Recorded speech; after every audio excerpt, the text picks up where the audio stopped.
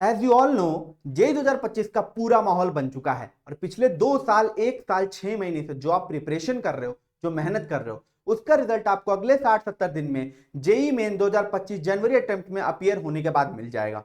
और कोई भी एस्पिरेंट ये नहीं चाहेगा कि अगर वो 95, 96, 97 परसेंटाइल को एम कर रहा है और डिजर्व भी करता है, किसी सिली मिस्टेक की वजह से वो 80 परसेंटाइल पर आकर बैठ जाए। और जब ऐसा होता है ना, क्योंकि आप जानते हो ज्यादातर लोग सिली मिस्टेक ही करते हैं, तो जब ऐसा होगा तो आपको एक ग्रज हो जाएगी खुद से कि यार ये वाली गलती मैंने क्यों की, या इस चीज पर मैंने ज्यादा ध्यान क्यों नहीं दिया।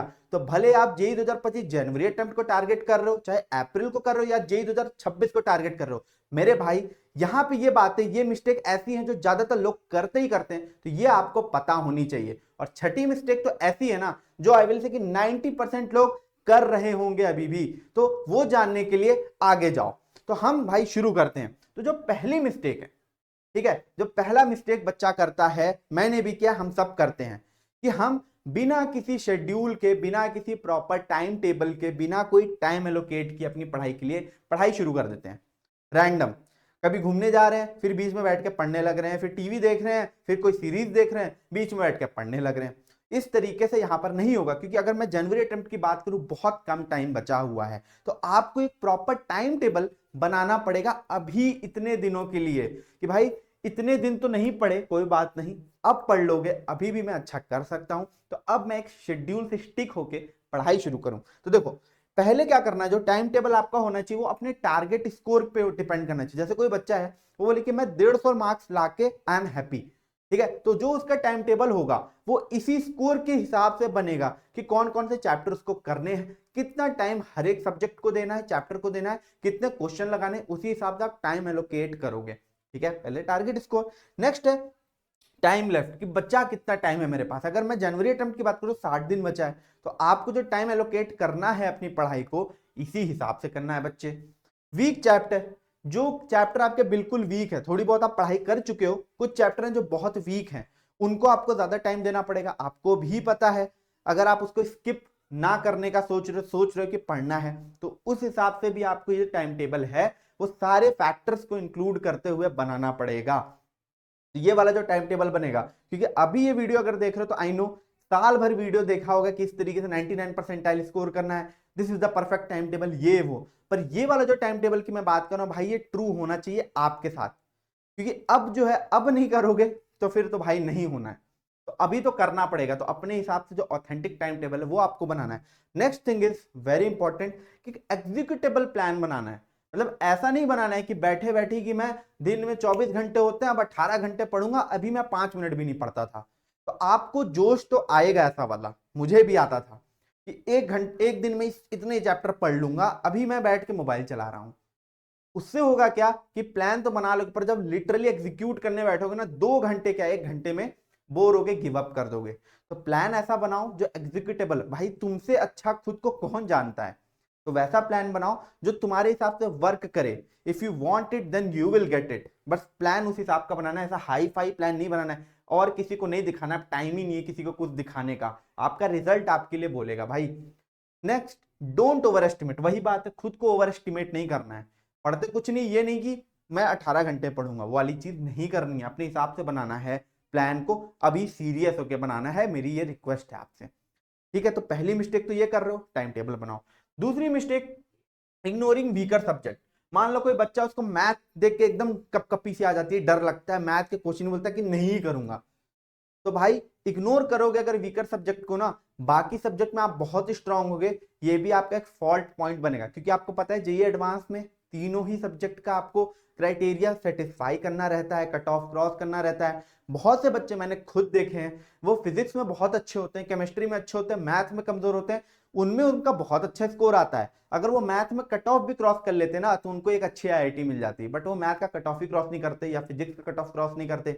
तो वीकर सब्जेक्ट पे ये नहीं कह रहा हूं मैं कि सारा टाइम अब उसी को दे दो, ठीक है, स्ट्रॉन्ग सब्जेक्ट पे भी काम करो, पर वीकर सब्जेक्ट को भी आपको टाइम देना है, टाइम टेबल उसी हिसाब से बनाना है, सभी सब्जेक्ट के कट ऑफ क्लियर करने हैं, ये बात मैंने आपको बता दी।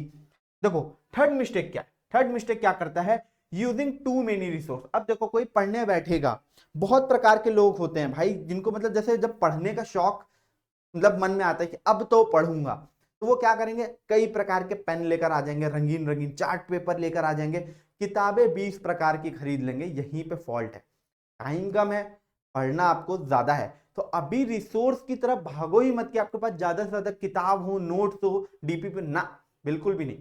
अभी क्या करना है, अभी आपको पहले बेसिक क्लियर करना है। बेसिक आप यूट्यूब से करो, वन शॉट वगैरह देख के करो, बेसिक क्लियर करो पहले, किताब पढ़ के करो। आर एस अग्रवाल मैथ की बात करो तो आर डी शर्मा हिसाब से बेसिक क्लियर करो। जब बेसिक क्लियर हो जाए उसके बाद जाओ पीवाईक्यू की तरफ, ठीक है, क्योंकि अगर पीवाईक्यू भी कर जाओगे ना मेरे दोस्त, तो आधे क्वेश्चन तो वैसे ही सिमिलर आते हैं, ये जेईई मेन का ट्रेंड है, आधे क्वेश्चन वैसे ही आते हैं पीवाईक्यू अगर कर जाओगे तो, ठीक है, तो आधे क्वेश्चन तो वैसे ही हो जाएंगे। जब इतना कर लो ना, इतना आई विल से कि अभी तो इतना ही कर पाओगे जितना टाइम बचा है, तब भी अगर आप बहुत तेज हो, कर ले रहे हो, तब जाओ थर्ड में रेफरेंस बुक की तरफ। किसी को भौकाल नहीं जमाना है कि मैं ये पढ़ लिया, ये किताब से ये क्वेश्चन लगा लिया, अभी टाइम ही नहीं है यार, टाइम नहीं है, फैक्ट की बात कर रहा हूं मैं। चौथी मिस्टेक है एक ही चैप्टर में मास्टरी करना। जैसे देखो यहां पर मैंने जेईई एडवांस के यहाँ पे टॉप टॉपिक्स लगाए हुए, जैसे कि सबसे ज्यादा क्वेश्चन डेफिनेट इंटीग्रेशन से आते हैं, और टफ भी है टॉपिक, पी ब्लॉक से आते हैं, केमिस्ट्री में, फिजिक्स से, रिफ्रैक्शन से आते हैं। अब देखो कोई बच्चा ये देखेगा मान लो, या और भी कहीं वीडियो से देखेगा, वेबसाइट से देखेगा, वो क्या करेगा, बोलेगा डेफिनेट इंटीग्रेशन पढ़ना शुरू करता हूं। अब ये चैप्टर बहुत ही बड़ा है, बहुत ही ज्यादा बड़ा है। अब क्या करेगा वो, जितने भी 60 दिन बच्चे उसमें से 20-25 दिन इंटीग्रेशन ही पढ़ रहा है, तो मेरे दोस्त तुम बाकी चैप्टर कब पढ़ोगे, बाकी मैथ का, फिजिक्स का, केमिस्ट्री का कब करोगे। तो ये एक नहीं करना है कि एक ही चैप्टर पे उसी पे पीएचडी कर डालनी, भाई आपको स्कोर करना है, आपको एडमिशन लेना, आपका टारगेट वो है।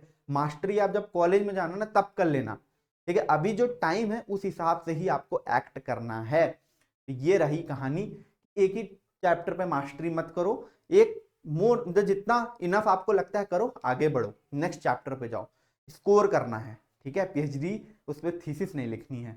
नेक्स्ट मिस्टेक है मिस्टेक नंबर 5 कि नॉट क्लैरिफाइंग योर डाउट। भाई ये तो बहुत ज्यादा मैंने खुद के साथ भी देखा है कि मुझे कभी कभी क्लास में पढ़ते पढ़ते कोई मतलब ऐसे डाउट होता था कि ये चीज क्यों हुई, या इस प्रॉब्लम के बाद ये स्टेप कैसे आया, क्यों हुआ।